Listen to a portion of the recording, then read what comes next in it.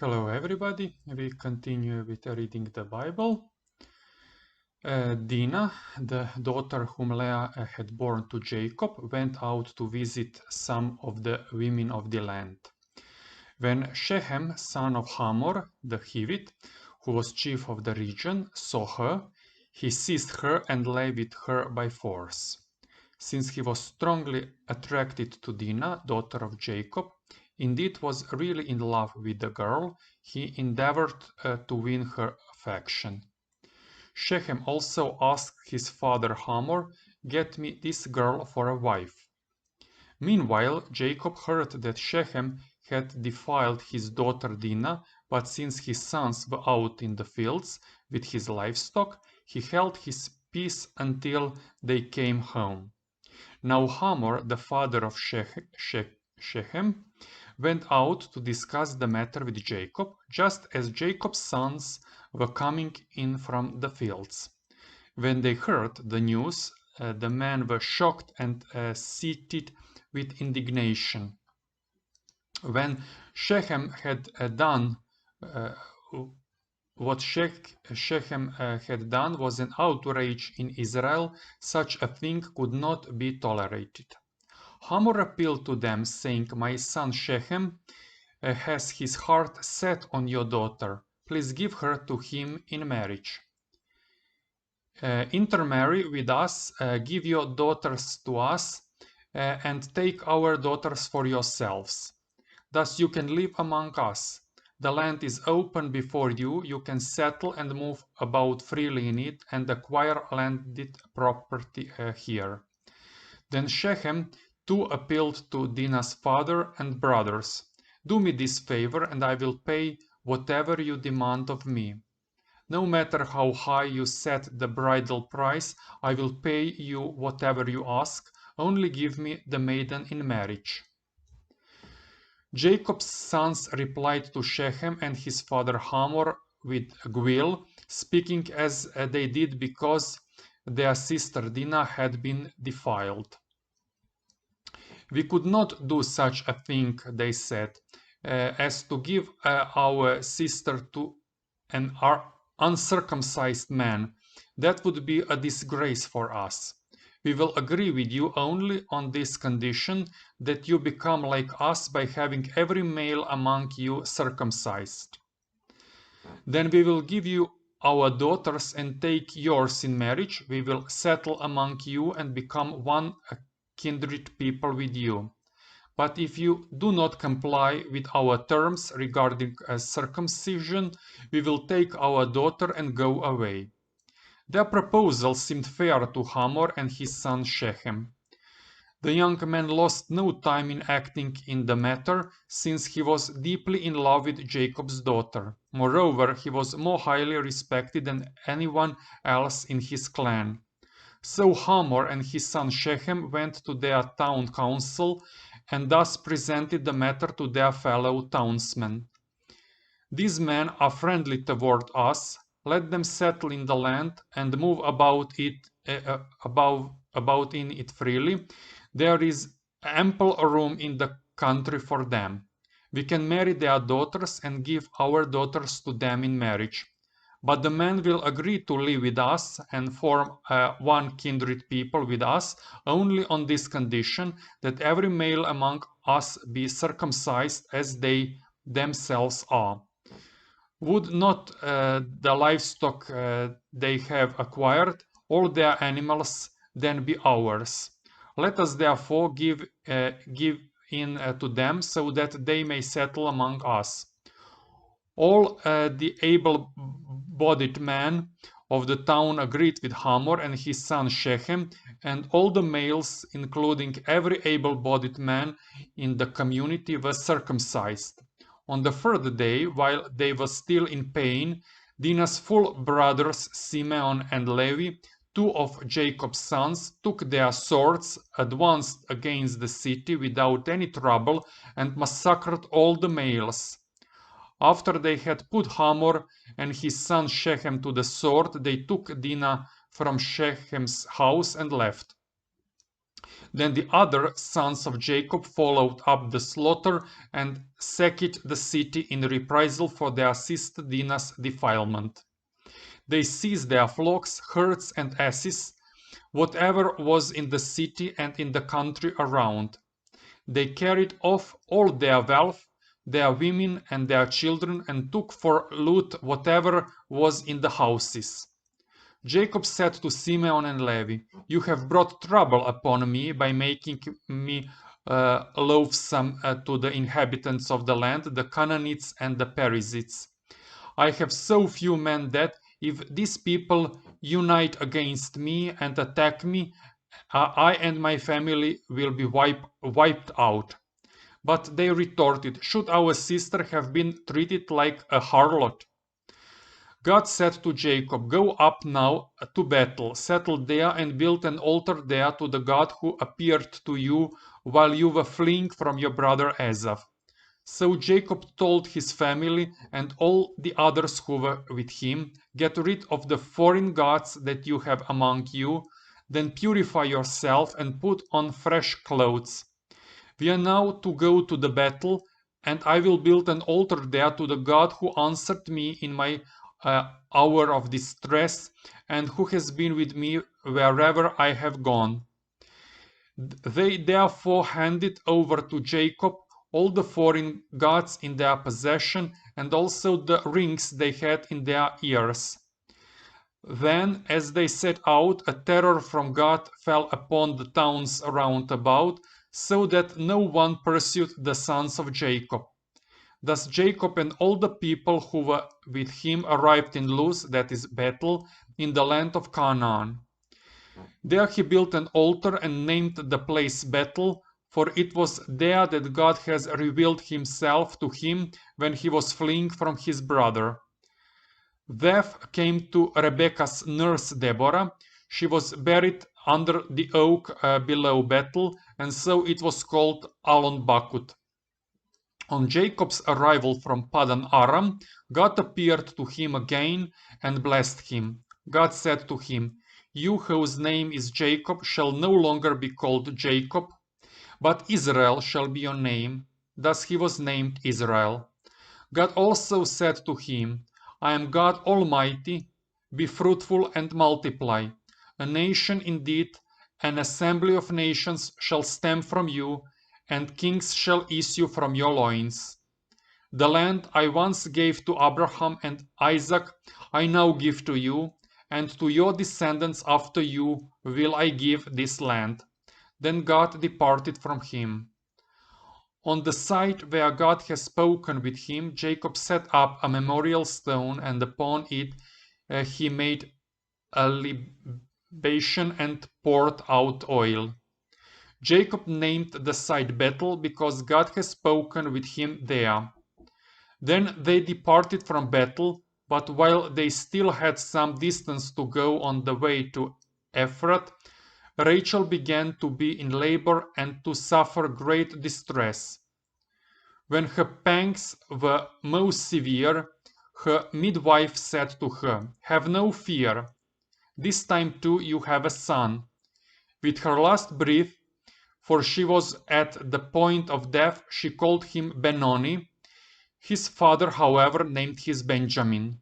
Thus Rachel died, and she was buried on the road to Ephrath, that is Bethlehem. Jacob set up a memorial stone on her grave, and the same monument marks Rachel's grave to this day. Israel moved on and pitched his tent beyond Migdal Eder. While Israel was encamped in that region, Reuben went and lay with Bilhah, his father's concubine. When Israel heard of it, he was greatly offended. The sons of Jacob were now 12. The sons of Leah, Reuben, Jacob's firstborn, Simeon, Levi, Judah, Issachar, and Zebulun. The sons of Rachel, Joseph and Benjamin. The sons of Rachel's maid Bilhah, Dan and Naphtali. The sons of Leah's maid Zilpah, Gad and Asher. These are the sons of Jacob who were born to him in Padan Aram.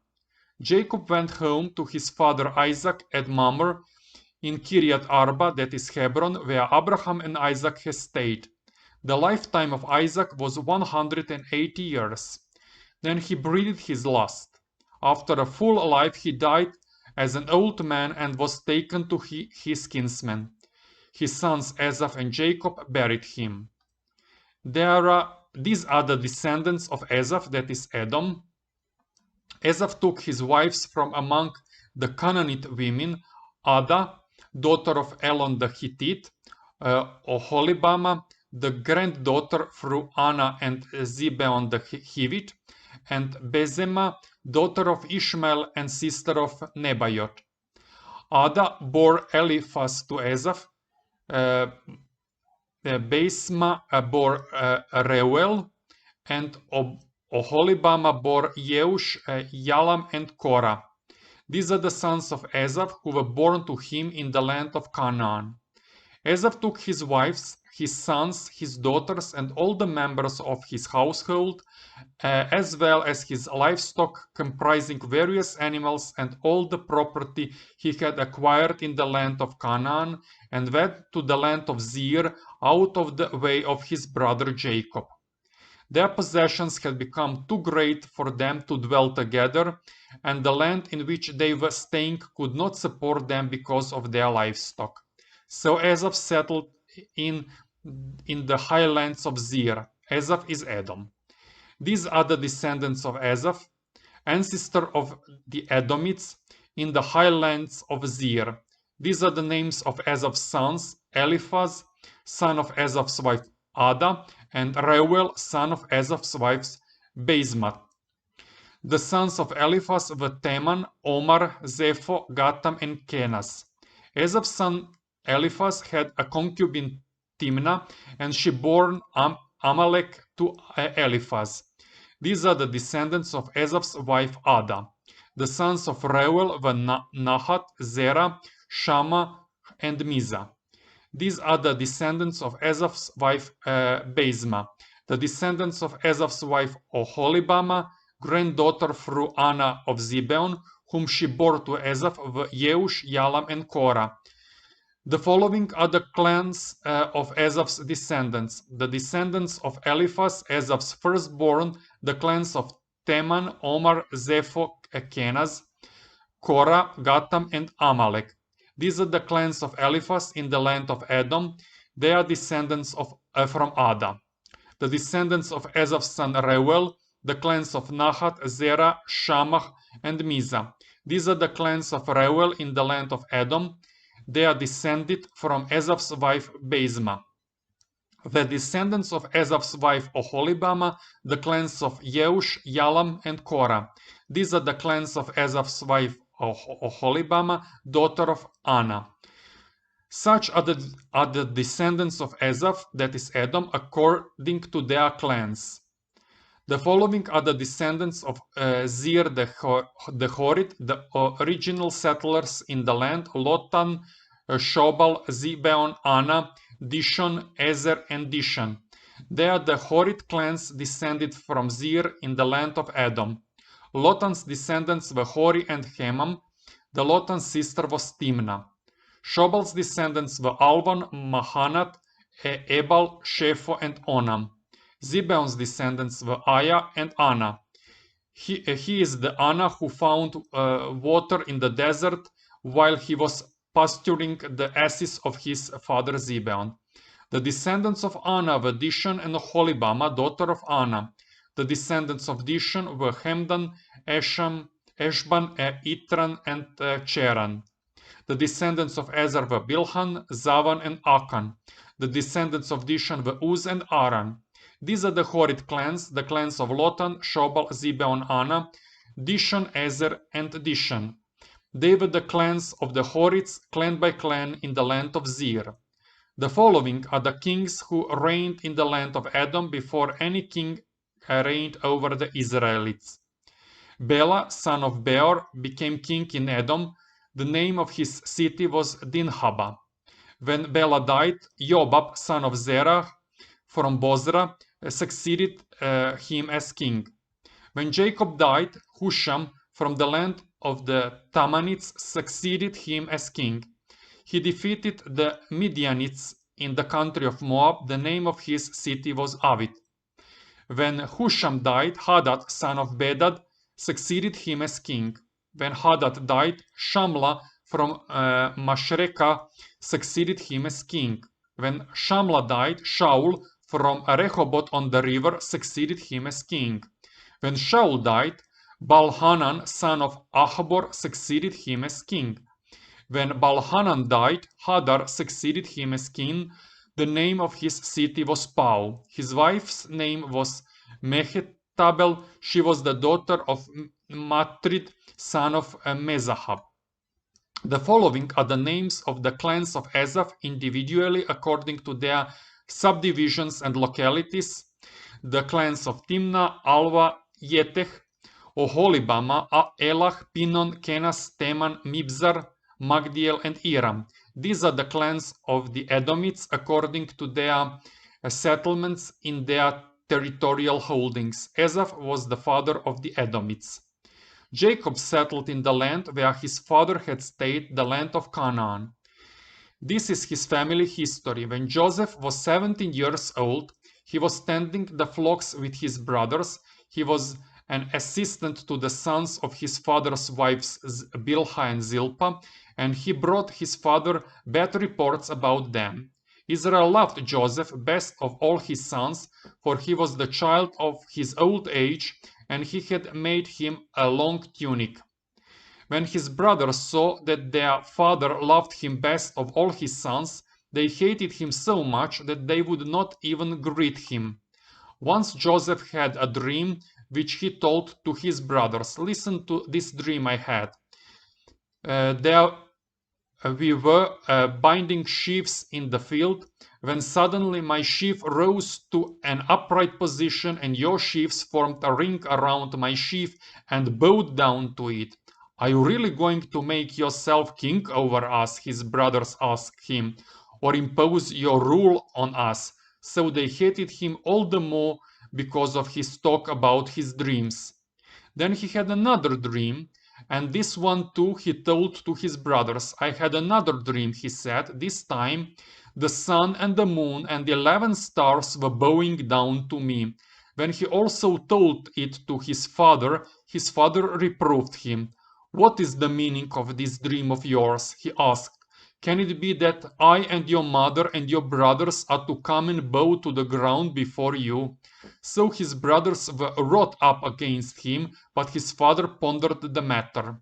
One day, when his brothers had gone to pasture their father's flock at Shechem, Israel said to Joseph, your brothers, you know, are tending our flocks at Shechem. Get ready, I will send you to them. I am ready, Joseph answered. Go then, he replied, see if all is well with your brothers and the flocks, and bring back word. So he sent him off from the valley of Hebron. When Joseph reached Shechem, a man met him as he was wandering about in the fields. What are you looking for? The man asked him. I am looking for my brothers, he answered. Could you please tell me where they are tending the flocks? The man told him, they have moved on from here. In fact, I heard them say, let us go on to Dothan. So Joseph went after his brothers and caught up with them in Dothan. They noticed him from a distance, and before he came up to them, they plotted to kill him. They said to one another, here comes the master dreamer. Come on, let us kill him and throw him into one of the cisterns here. We could say that a wild beast devoured him. We shall then see what comes of his dreams. When Reuben heard this, he tried to save him from their hands, saying, we must not take his life. Instead of shedding blood, he continued, just throw him into that cistern there in the desert, but don't kill him outright. His purpose was to rescue him from their hands and restore him to his father. So when Joseph came up to them, they stripped him of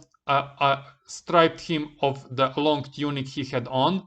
Then they took him and threw him into the cistern, which was empty and dry.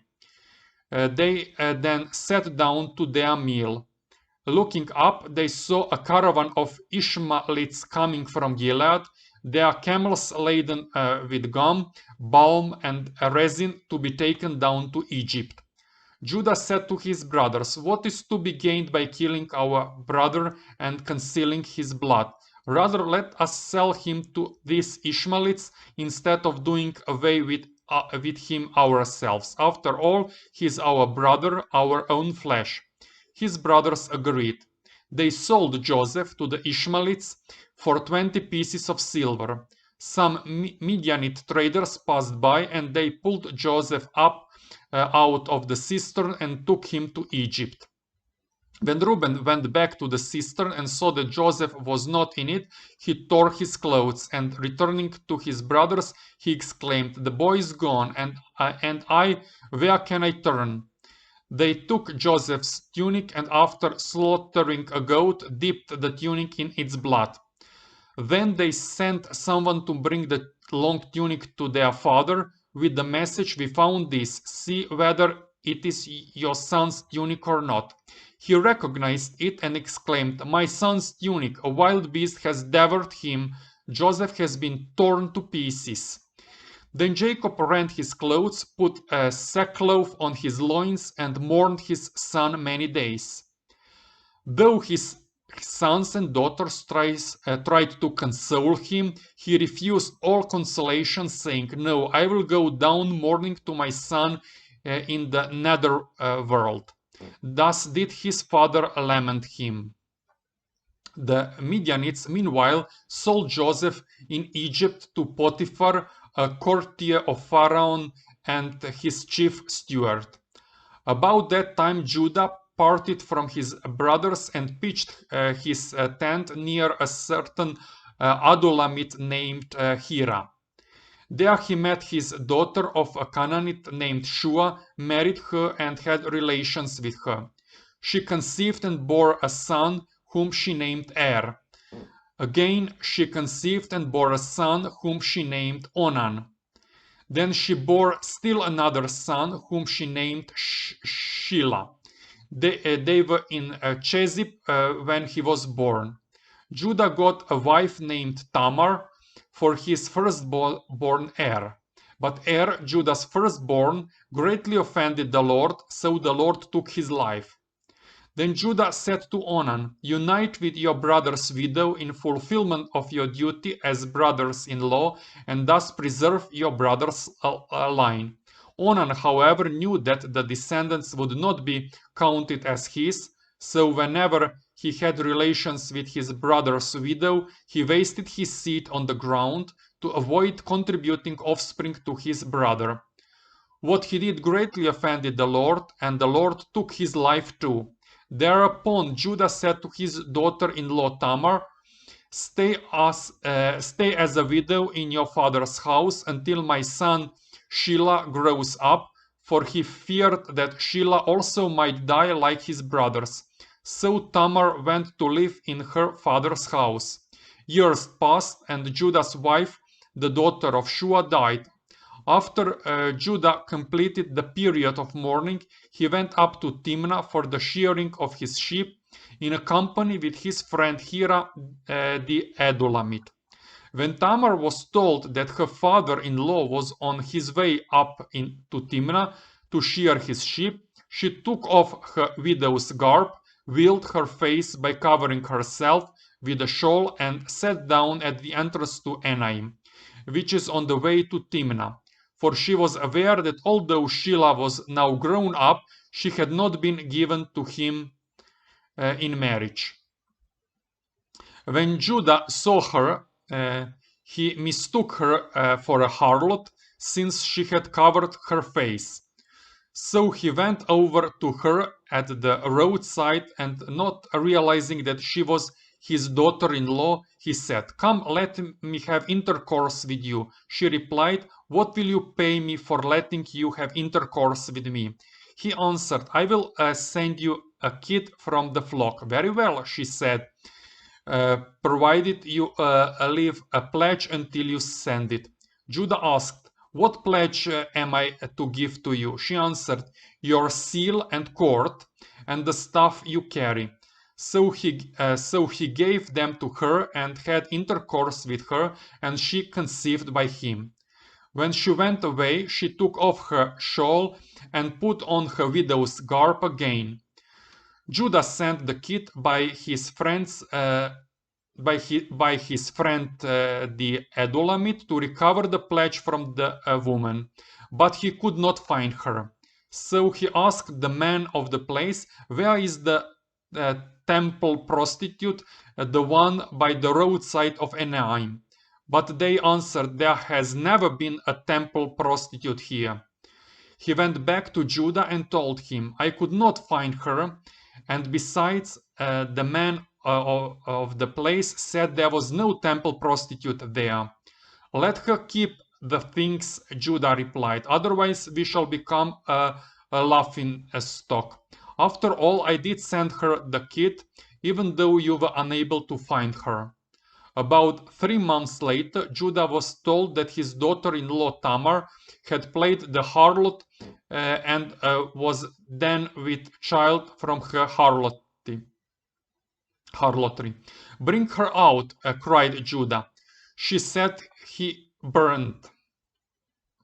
But as they were bringing her out, she sent word to her father-in-law, "It is by the man to whom these things belong that I am with child. Please verify," she added, "whose seal and cord and whose staff these are." Judah recognized them and said, "She is more in the right than I am, since I did not give her to my son Shelah." But he had no further relations with her. When the time of her delivery came, she was found to have twins in her womb.